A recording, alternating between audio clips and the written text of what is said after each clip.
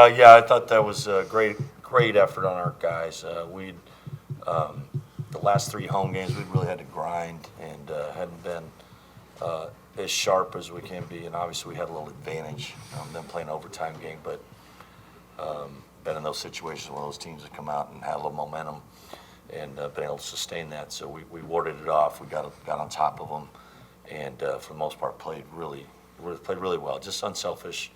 We're 11 assists, 3 turnovers at halftime, which is really good for us. And we kept them off the 3 for the first half, and then they got some late when we had a cushion, because they're a very explosive team that can make 15, 16 threes. So we're happy to get this one done, but and we got another one tomorrow night, and hopefully we come out the same energy and effort. All right, we'll open it up for questions. We'll start here in the middle with Mark. Mark Anderson, AP. You're in the semis for the first time since 2008. Never been in the championship game, especially this year. Everything is going on. How much would that mean to you? That mean a lot. Just these guys, there'll be a laundry list of how many accomplishments this team has had, and that'd be another. I said we haven't been in 5 years in semis. That's great, and getting to the finals would be great. And obviously, our goal is to win it. And we've talked about embracing these. We got 2 weeks. We got another postseason coming, and this is how you get better. And hopefully we handle. It's tough to go back to back, and it's tough mentally as much physically. So. Doing that just more marks for the program, and could be more proud of a group of guys. We'll go here in row 3. Grand Avalon Channel Tree. Kyle, you got 2 early fouls on Maxime, taking him out of the game. Was that a specific emphasis for this one? Always you want to go at him. I mean, he's key to what they do. Myles, it's tough. We lost him for a little stretch, or Andrej. I didn't want to. But no, they're we want to go inside anyway, and we thought we had an advantage there, and being able to get those fouls on them is big boost for us. All the way in the back. Andrej, shoulder seems to be doing a lot better today. How much did that week of rest help you out? No, it helped a lot. Like I said, the last game I wasn't able to help the team, but I feel way better. And you can see it out there on the court. Third row here in the middle. Yeah, just for the players. I think you guys had 6 different players in double figure scoring. Just how much fun is it to be a part of a game where you got that many different guys kind of rolling and flowing? It's great. We're an unselfish group. We love to see the next person win. So I think that kind of went out and displayed tonight. We had 18 assists. It's been a long time since we've been in that category, but. It was just a great atmosphere, for us to, share the ball and see everybody get going. So I think if we just keep doing that, the sky's the limit for us. Over here on the far left, third row. Kyle, Stanford just announced that they're making a change at coach. I'm just curious your reaction, thoughts on that. Those things hurt. I've known Jared since he was a high school player, and I coached one of his best friends, Chris Grant. So we're all I mean, we're a part of a tight-knit fraternity that's all trying to. It's not easy, and it's part of the game. So sorry to hear that, and wish him the best. He's a good man. Over here on the far right, third row. Coach Smith, Chuck Culpepper from the Washington Post.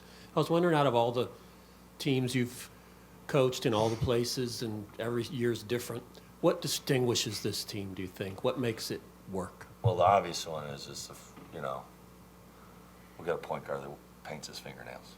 So not many teams can boast of that. Actually, I've seen a few more. But no, in all seriousness, they got a great energy, caring for one another. We got we celebrated our season after we lost to Washington, because I want to make sure that we keep things in perspective of what all we accomplished. And the first guys I recognize, I think we have 7 returners. And although we only play 3 guys that are really playing a lot of minutes and Andrej, Kamani, and I didn't count. I didn't even acknowledge Myles being a returner because he didn't play any minutes. But it was like, hey, well, you guys done such a great job. How'd you do with all these new? Well, it's because the 7 guys. That's AJ Rahosi, Ben, correct? Who am I?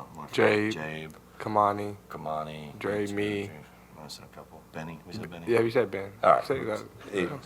Under stress, I'm gonna do well. But no, that group of guys, they knew what the expectations are, and that's leadership. A guy like Isaac Jones, who, they didn't win a lot of games over at Idaho. He scored a lot of points, but he's just gotten better and better because I think the culture's good. And people talk about culture. What is it? Well, it's those guys. They're unsung heroes. They come. They have long practices because they get there 30 minutes before practice and do scout stuff, and they're ridiculous attitudes and work ethic. So it's kind of a well-oiled machine. It's a lot to do with our captain and some other guys too. So, man, and I said the coaching staff, Coach Sean, I've been here the whole time. It's just like you build on that stuff. And there's things like we sing our song, and everyone knows the lyrics now because we're used to winning. So it's good. Austin Getz, Austin Getz, KQ. Coach, just after a few games of slow starts, how big was it to get out to a good start, have a halftime lead? Well, we were down 9-7 after the first meeting, and I took that as a win. We're still getting there. I'm yelling at him like we're giving up a 90-point pace. So it was good, and we kind of settled in there, and we pushed out. Now I was really concerned because I just know you don't want to give a team that just had an emotional win, give them any momentum to go keep it going. So it was good. It's been something we talked about, and it was funny because I don't know who to start at center, but just whatever. We're getting good center play, but Oscar struggled a little, and Ruben played great, and they've kind of handed that off back, and we get them both going, and we're really good. All the way in the back again? Myles, there was talk that you're wearing an Aaron Baines jersey right now. Oh, I'll just take it off for you. I got you. Yeah, I got the Baines. It's on the backside. I don't know if you guys can see it, but yeah, it's just an undershirt that I like to play in long sleeves, and this is the one I wanted to play in today. But Aaron Baines is a special guy. We got these my freshman year. Yeah, and Aaron was going through a little physical deal I think during COVID and post-COVID, and we did that. We wanted to honor him, recognize him. He spoke to our team our first year when he was with the Suns. We played Arizona State, and wow, what a class act. And some of the guys have been in this program, and he was part of that with Tony, and that those guys really care about. I get texts from those guys, David Harmeling, Derek Lowe. They're all invested in this group, and and that's kind of when you put a program together, you want to. Those are the guys, they care a lot. Everyone does is play the program, but those guys had some success they want to see. They wear it with all Cougs do, but they had success. It's neat to see them connecting. Second row here in the middle. Myles, they cut the lead to, I think, 14 with their own run. You guys called timeout, and then you get still in the dunk right after that. Just how critical was that just to basically snuff out any comeback from their part? I mean, we knew they was going to have some type of punch. We saw them do it yesterday against Cal. But I think the main message for us in the huddle was just to, just stay within ourselves. Just don't let them, they obviously they want them to run, but don't let it be bigger than what it was. And once we came back out of that huddle, we kind of hankered down, and we got the stops we needed to get. And I think the dunk kind of gave us a little bit more juice. But that's credit to my teammates. They was playing great defense, so I was able to get the steal. We got one last one here on the platform.